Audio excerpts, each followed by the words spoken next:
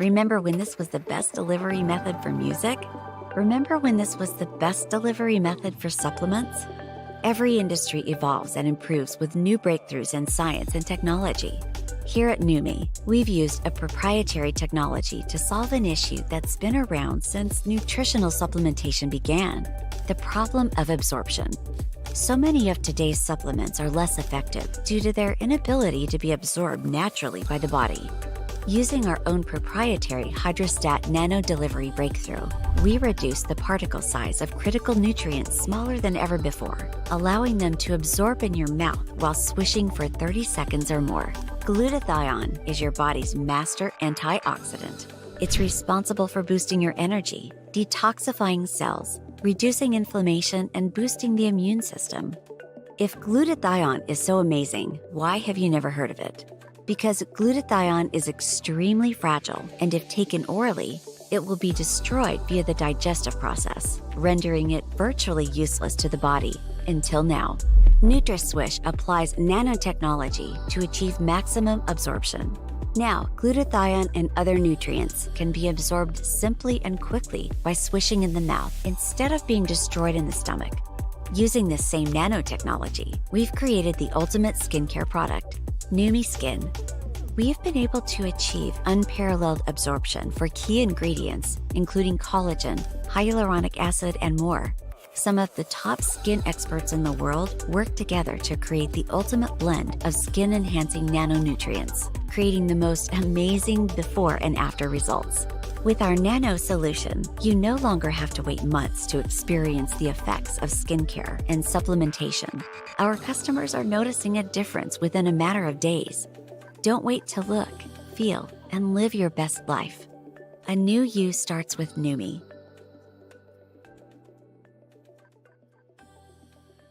Hi, welcome back to another Dr. Shanté video. This video is basically sharing what I do for general health maintenance. Well, in addition to just eating healthy, I take supplements. I take them habitually. The first supplement on the list is a multivitamin. A good multivitamin from A to zinc. That is what I take. I take it in the form of a hair, skin, and nail vitamin, but a multivitamin is suffice. The next thing is I take omega-3. I don't do the fish oil cap. I do this in a liquid because this is one of the 3 macronutrients that we need, right? We need carbohydrates, proteins, fatty acids. Okay, that's how I do that. In addition to taking a probiotic, I take prebiotics. I may take the prebiotics more frequently than the probiotics, and I can go over later the why to that. And I also take digestive enzymes. Those are the main things I take. Additional supplements that I take a superfood powder, and I have this much of water inside of the bottle before I put like 1 or 2 teaspoons of that powder in there. I'll make a separate video talking about it because it has so much benefit, but this is also something that I use on a daily basis.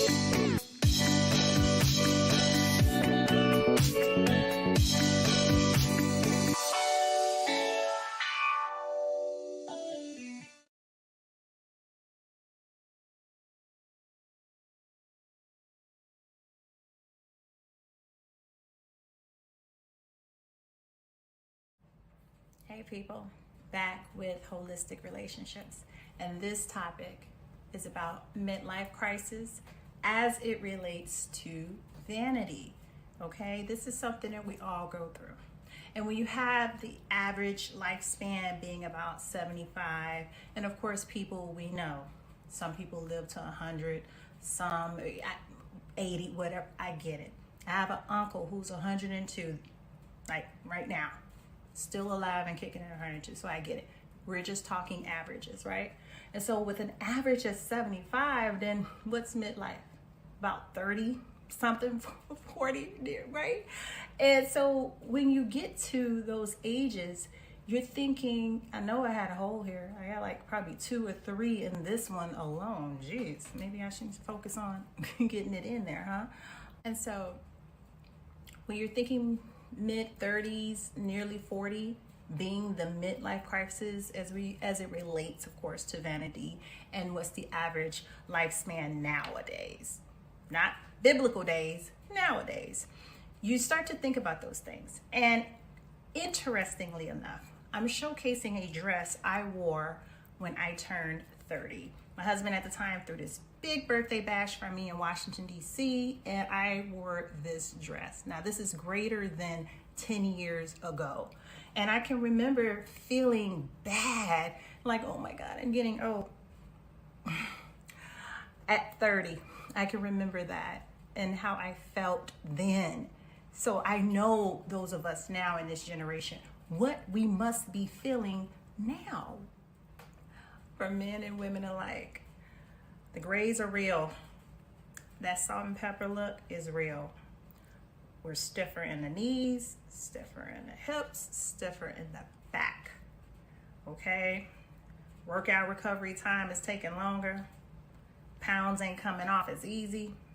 This is real. I'm saying let's just have a conversation, because as you're watching this, this is the youngest you'll ever be in your life. For those of you 35 and younger watching, join in, because you will become us as we were once you before. It's inevitable. And as much as it is a blessing, an honor and a privilege to get older, because so many of us don't get to make it here, it's still something to deal with. There is a transition that we need to make in our minds. I should have put some nails on. It's too late now. And I see this dress is going to be a problem. She just gonna keep riding up. See, now you know. My age is revealing. 20-something-year-old Shanté wouldn't have been worried about this dress right now. 30-something-year-old Shanté would not have been worried about this dress right now. You see, this is why I need you all. We have to come together, have the conversations. So I want you guys to join me, share your stories, share your concerns. Just come to the community. Let's talk about it. We're talking midlife crisis as it relates to vanity. I'll see you on the podcast. Bye.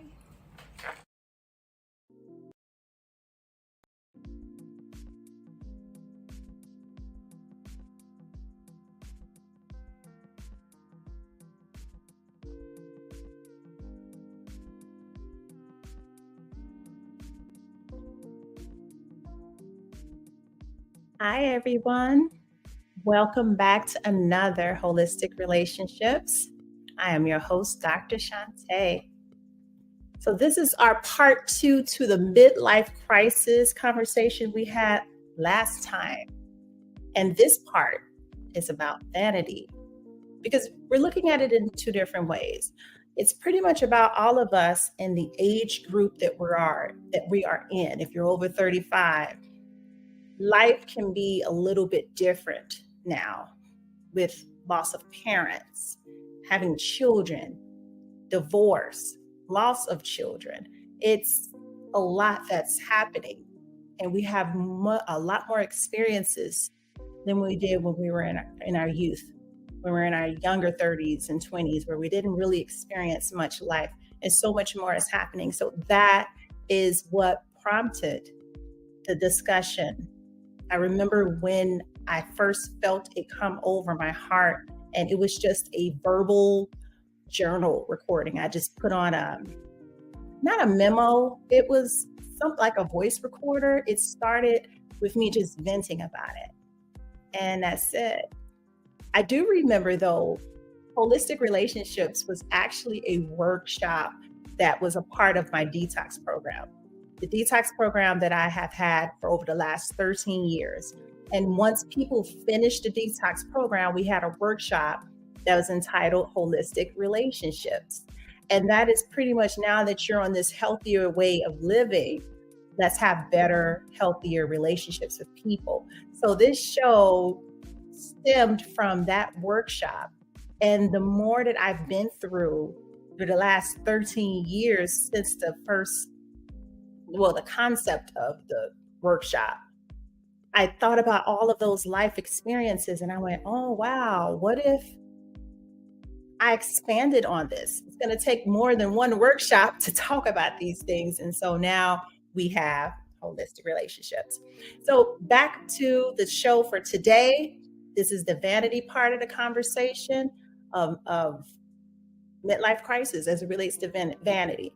Part one was about just life and loss and just adjusting. Today is about the vanity part because we do need to have that conversation.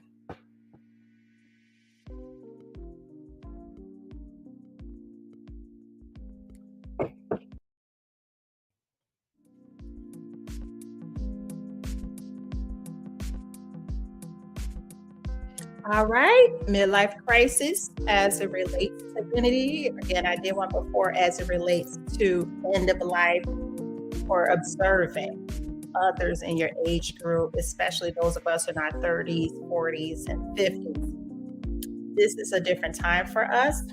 And again, this is about as it relates to vanity. And right now, I am talking about the homecoming queens, the homecoming kings, the sexy sorority sisters, the sexy fraternity brothers, the ones that were on the spotlight in your day. So desirable, highly coveted, regardless if you were a Greek or not. I was just using that as an example. If you were someone that was in beauty pageants, maybe you were Miss Arkansas or Miss Nebraska, or Miss Universe or something. You were a top model. You were an actress or an actor with high sex appeal. You were on someone's magazine as the sexiest person alive, and now you're aging. Now you're getting older, and now the midlife crisis as it pertains to your vanity.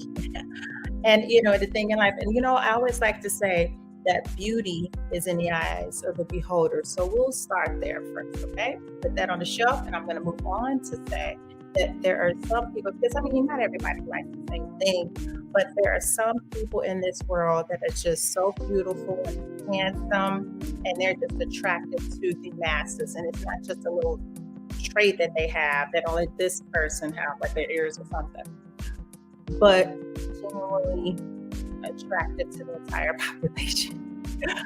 You just have those type of people out there, highly desired people. I'm not trying to say that I am on the level global. I've never been on anyone's magazine. I've never been a model. I haven't done it, but I have been someone within my own space as a woman where I've gone through my majority of my life being told that I was pretty. It's just an experience that I've had. And I feel that I was going through, and I couldn't articulate it at first, but then I realized, oh my God, you're going through a midlife crisis. And it doesn't have to have anything to do with health necessarily. This is now to do with the other part of that. And most of us who are considered by standards of average,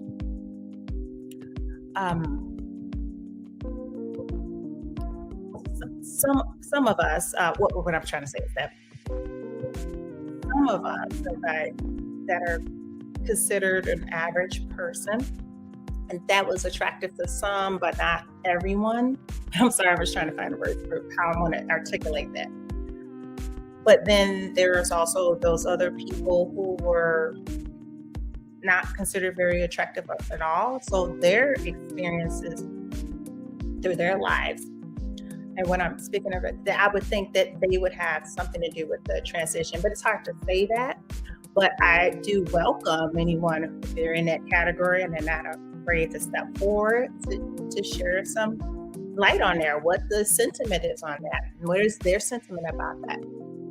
But as someone that's considered a pretty person, this is my take on as you're gaining years, especially from women. And then, with men, they can still grab it as they get older and still be considered sexy, but it still doesn't mean that the man themselves doesn't go through something mentally, that there's not an insecurity with that transition. And every man has used that just for men, or at least I should say majority of them. Maybe they thought about it, they contemplated it, but that whole idea of gray, the salt and pepper, deciding to go bald because their hairline was receding or they were getting bald at the top or something like that. That has happened to everyone, just in the same for women.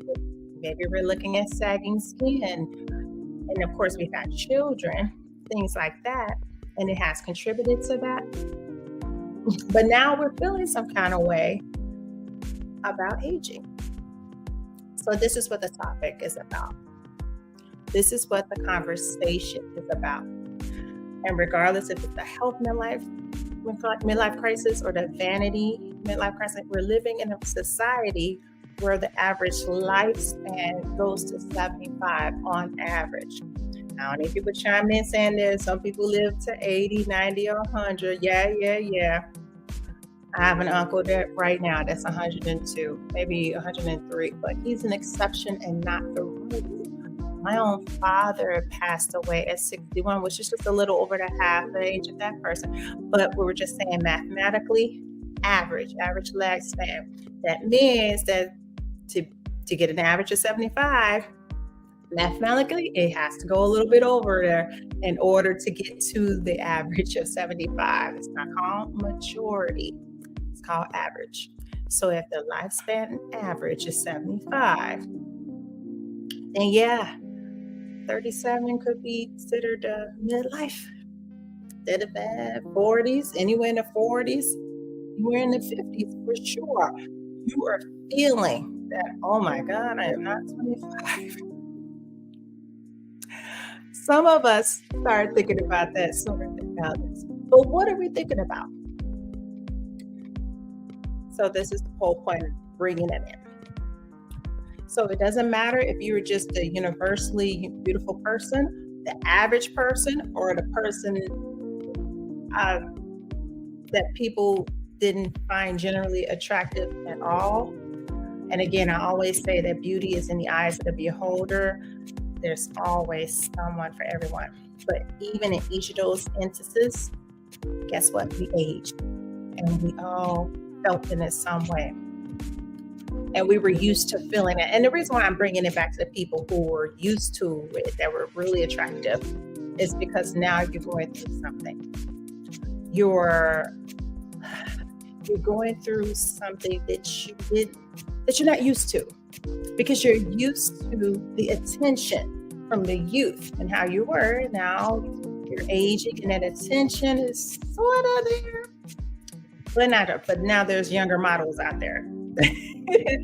And they're grabbing the attention, and you're over here like, oh my God, because you're not younger you anymore.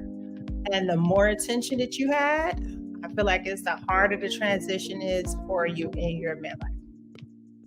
And people respond to that in so many different ways.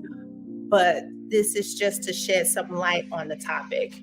When you used to get so much attention, and now you're kind of looked at as meh.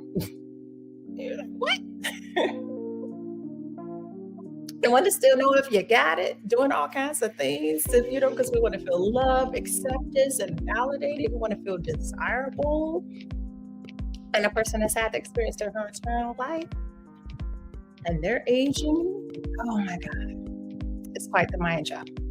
At least for those who weren't so used to so much attention, theoretically, I don't know if it's true or not, theoretically, if you're not used to it, how can you miss something you never had? That's why I say that. How can you miss something you never had?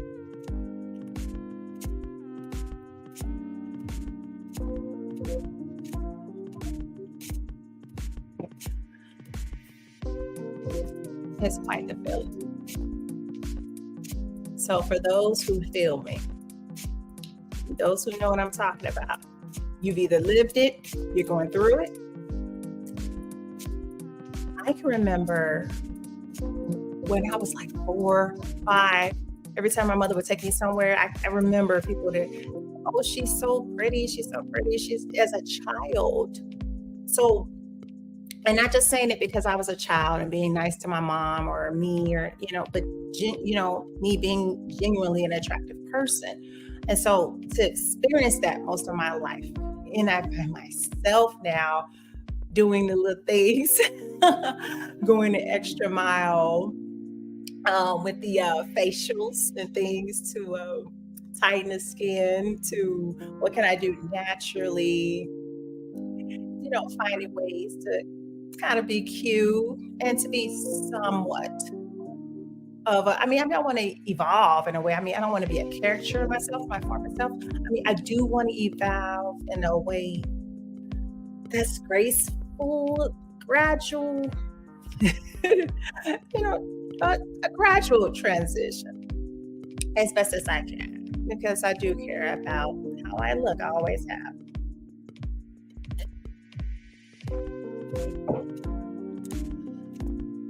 So part of this is we're all responding to this in so many different ways. It really pushed me to move forward in my why for the detox program. Doing that more.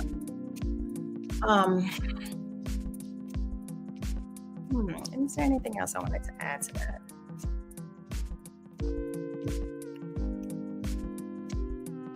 I do know where I want to say with that. With the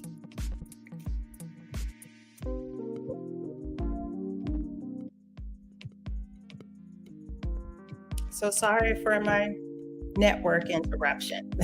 Sorry. I'm back. What I want to add to this conversation is by inviting you all to share your experiences, share some of the things you did to cope with the transition, to cope with the mental acceptance. The fact that that you're not that young 20-something-year-old, young 30-something-year-old, because we are talking about once you hit 35 and you're upper 30s and your 40s, when you can start to feel, and you even start to feel that even back then. So I'm inviting everyone to share some of the things, because I mentioned what I did earlier, for example, with the facials. That was for response. And we respond differently to this, but I noticed that I amped up on it a little bit more than I did ever in life as a response, being concerned about my face, being concerned about what it would look like, and not wanting to be a caricature of my former self, but to evolve gracefully with the beauty of this part of my life, and trying to find what that looks like as opposed to what it was in the past, instead of trying to hold on to the past. So that's what my journey has been. And I welcome you all to share your experience, your journey, whatever ideas you have, because the whole point of this, the whole point of having the vanity topic is for the young people who are going to be coming behind us. What can we give them? What type of advice can we give them to help them cope with what is coming, what is inevitable? If you're fortunate enough to be able to still age and walk this earth, and you don't leave here right away, that you're going to be here for a little while. What can we give them? And not only what can we give them, but how do we soothe each other where we're in this new place in our lives? It's a new place. And I don't know that people in prior generations talked to us about it or told us that how this was going to go. With mental health and depression, these things, I mean, these are real. They're real in society. And so at least with these type of community conversations, community forums, places where we can come, and even if you're not getting on the stage and sharing your experience per se, say you're not doing that, you at least have the platform that's here where you can come and see other people have to say, to see what other people felt, to see what they did, to see how they coped with it. So I see this as a ministry for all of us to deal with it because we've dealt with it on some level. Now, if you've never thought about aging or your mortality, or it's never crossed your mind, God bless you. But the rest of us, some of us, we do think about it, and it can be quite the mind job. So the whole point of this conversation, the whole point of this topic is to get through it together and to share coping mechanism, because it's all about growth. It's all about self-care, all of the things that holistic relationships stand for, having the conversations so that we can walk out of this with better perspectives, better outcomes, and more fulfilling lives. I thank you all for joining, and we'll see you in the next Holistic Relationships.